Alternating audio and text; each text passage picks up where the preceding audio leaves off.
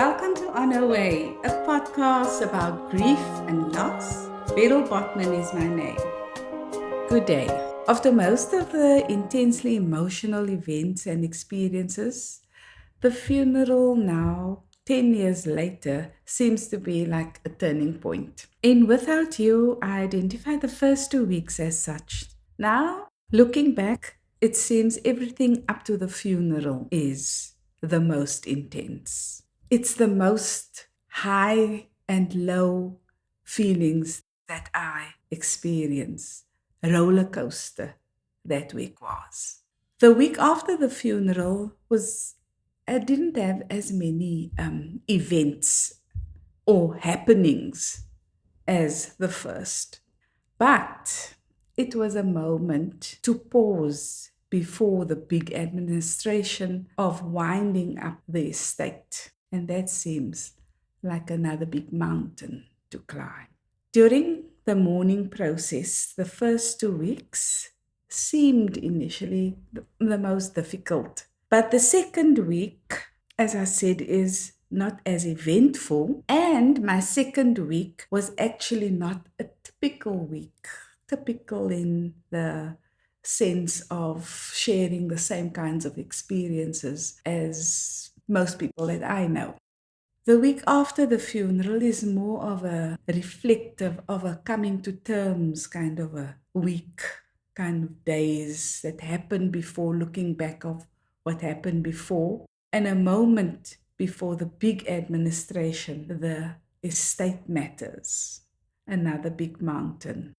After 10 years and writing and publishing the first book, Without You, as well as Still Love Remains, the first week after the funeral seems like an appropriate break to focus on why I actually did this. Why did I write? I'll deal with that first, and later, why did I speak? Why am I speaking?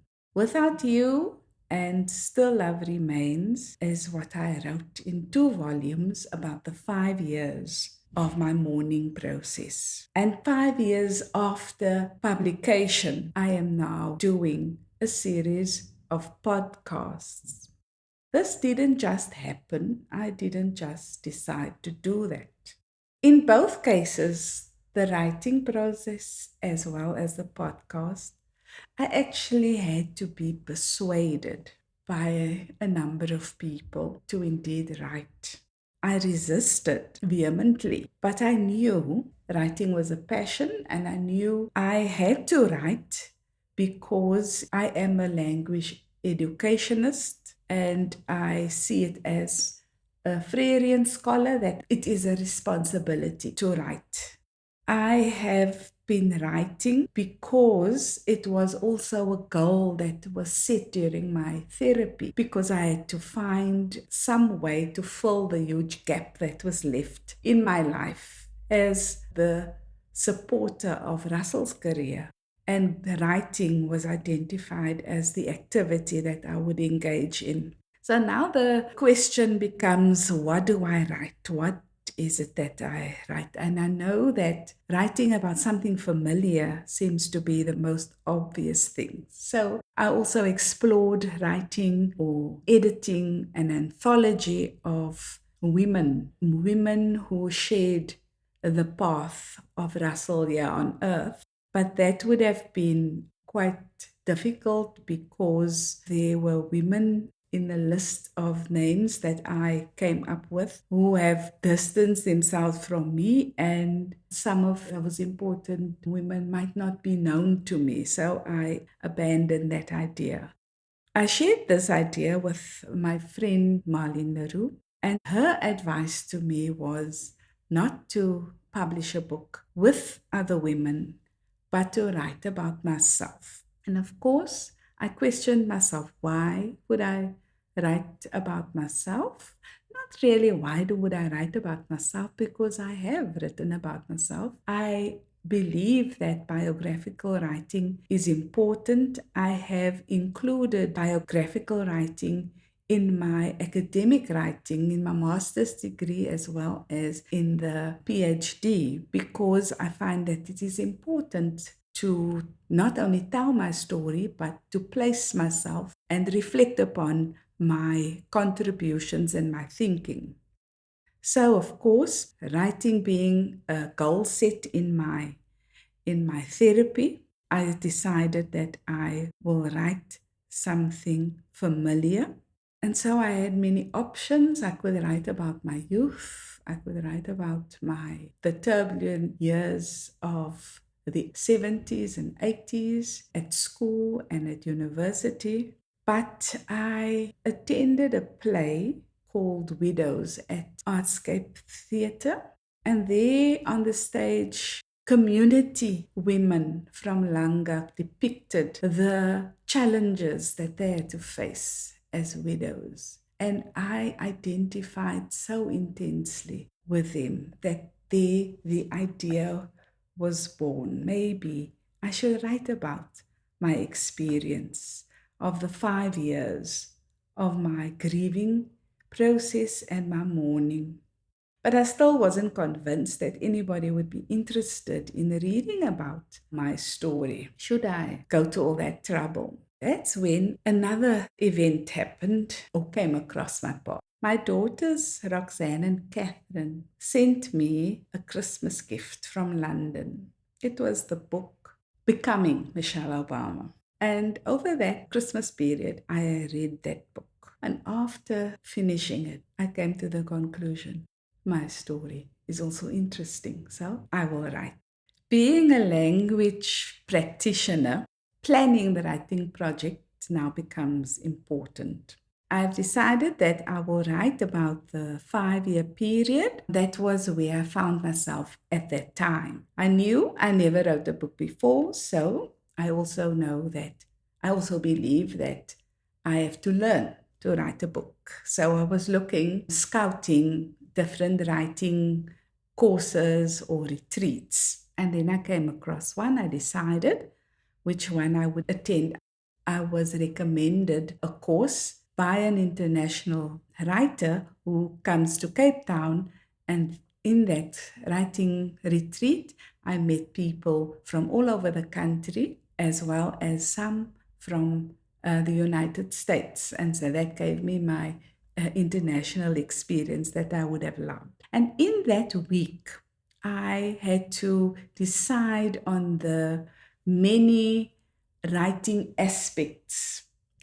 Different people who were joining the course were at different stages in their writing processes, and it was very interesting to share experiences. I was right at the start. Only decision that I made is that I am going to write about my grieving process and the period of 5 years. So I had to decide on the genre, and my decision in consultation and in conversation with the facilitator and other participants, I decided on doing a creative narrative non-fiction work. Of course, there are many other decisions about writing that you have to do in order to do your planning accurately. I had to decide on a point of view, who's telling the story, through whose eyes. I decided that it will be through my eyes. Whom will be my audience? I thought of women generally over the age of 40 or any person dealing with loss and grief. But when writing, one also needs to know who are you addressing yourself to in the book that will influence the style in which you write. And that is when I think one of the most important decisions that I made is that I am going to tell this story about the 5 years of my mourning process to Russell. Russell, this is what happened after you have left. This is what I experienced. This is what I felt. And that decision took the writing into a new space that I have never before encountered or ever did. But I had to decide on the setting, The time envelope, I knew I have made that decision already. I had to make decisions about the structure.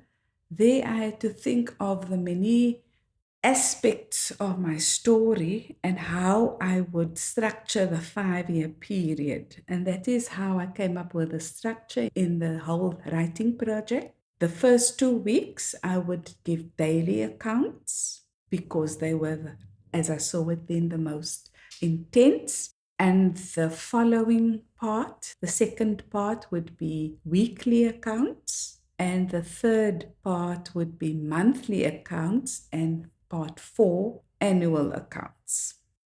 This is how I structured, and then each of these different parts had to be more finely planned in exactly what are the contents that I would like to add. So the format was a one-way conversation. That is how it started. Each chapter was planned. These 5 years were one project until I started writing. Because of the decisions that I've made, because I've decided that I'm writing and I'm telling the story to Russell, it became very personal. It became very familiar.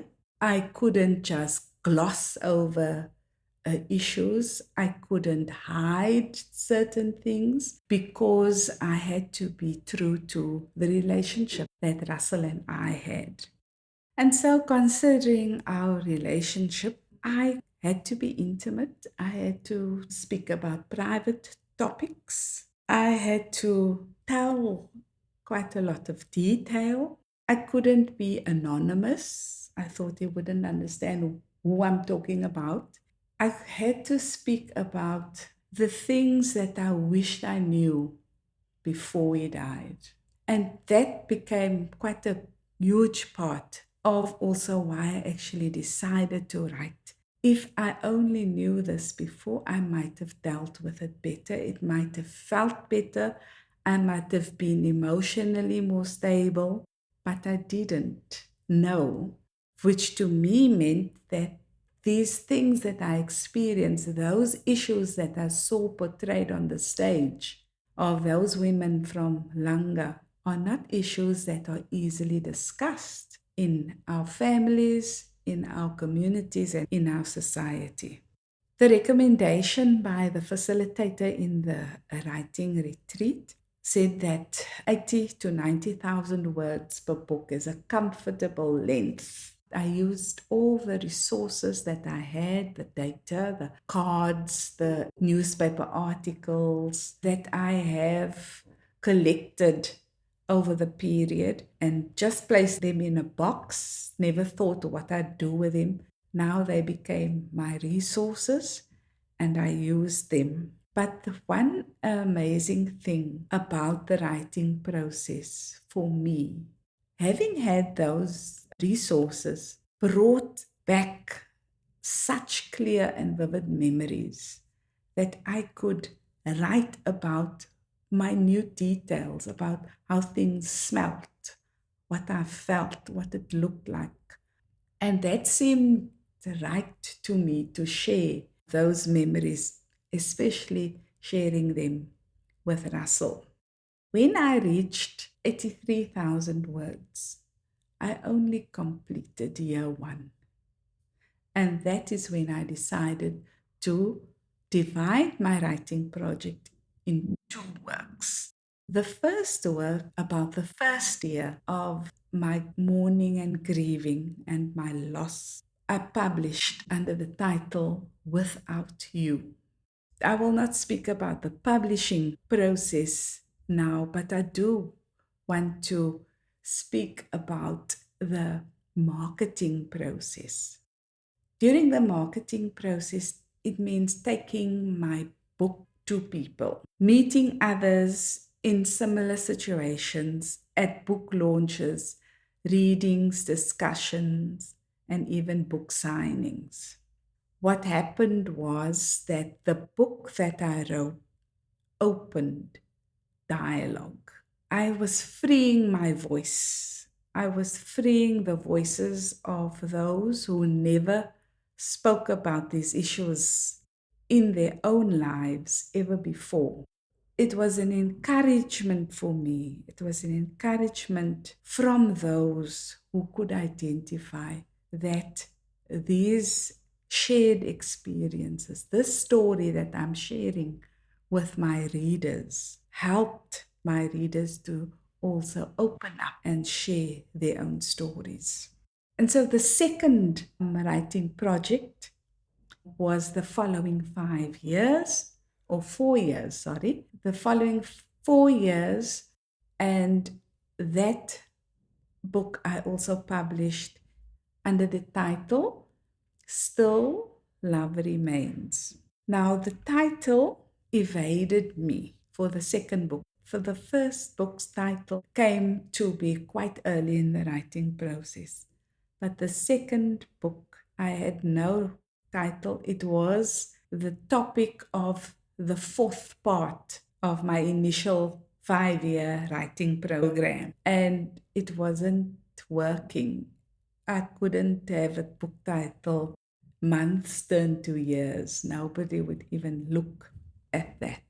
It was only after having my book translated by Belinda Jackson that I came upon this title, Still Love Remains. And that reflects one of the greatest lessons that I had to learn, is how love transcends the familiar form of life that I knew before, but that you can read about in my books. What I do want to turn to now is, now after 10 years, the idea of embarking on a series of podcasts also emerged. And here, like a repeat of the first process, of the writing process, again, I had to be persuaded.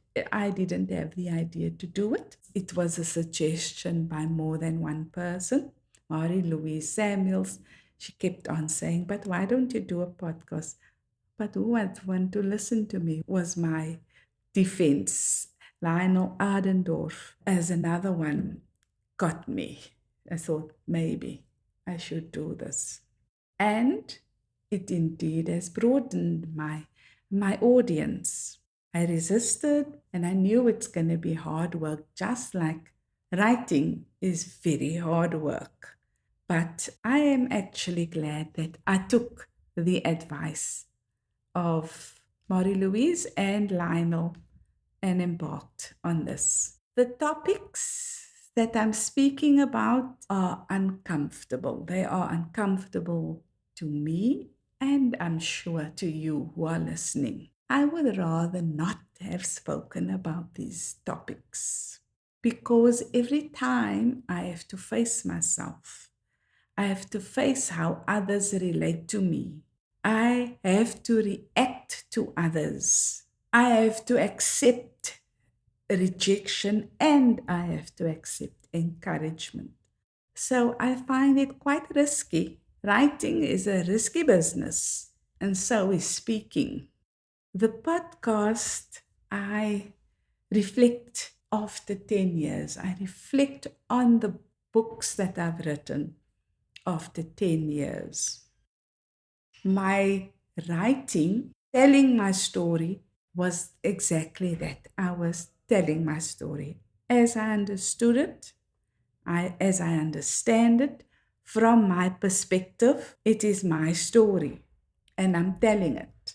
Now with the podcast, I'm relooking and interpreting to a certain degree what I was writing about, but not only what I was writing about, but actually what happened to me. So I am trying through this podcast to broaden my understanding of my life and of my mourning and of my loss. I consider questions like, what could I have done differently? What I'll do over again? What I would have done the same? What I never would have done? Although I was ambitious in printing Without You, I had no idea of how many books to print. I could find no guideline on internet or in even experienced publishers could give me a guideline of how many books to print. So I printed a number, and I was actually surprised at the interest. People actually bought my books. They actually listened to my podcasts. You listen to my podcasts. After me doubting myself, asking who would be interested in my story. And so I take the risk of saying what I think, saying what I feel, and reflecting upon that. And what I found is that the responses that I receive from listeners and readers is that they frame the audience broader than I did when I set out writing. I have already mentioned Anthea Engel in episode 3 when she wrote to me after listening to episode 1. And I never thought of my audience including the following. She says, "Thank you from all the future widows who will be benefiting from this personal new venture in your life." And I never thought of people who haven't yet lost their partners as the readers. I thought my audience were those who have suffered loss. And looking at that made my perception also broader. And so I'm learning from my readers and my listeners. Malvina, after listening to episode 5 about the dealings with the employer, wrote just 3 words. Very informative. Thanks. And that for me is a guideline for finding the content that I put in my books and the themes and interpretations in my podcasts is giving meaning not only to myself but also to my readers as well as my listeners. I have the idea that people are interested. There are people that can relate, but I also know that there are some who disagree. If my story can be a point of reference to you, I've made some contribution in dealing with the expected, the inevitable, the death of our loved ones, our nearest and dearest. That's it for today. You have been listening to Why Am I Doing This? On my podcast, On a Way with Beryl Botman. Walk tall, tell it all. You've been listening to On a Way with Beryl Botman. You can purchase my books online on Amazon, Takealot, and at bookstores like Exclusive Books, Bargain Books, Independent Bookstores, and Barnes & Noble internationally. To connect with me, please follow me on Facebook to learn more about my book launches and talks. You can write to me at beryl.botman60@gmail.com. Thank you for listening.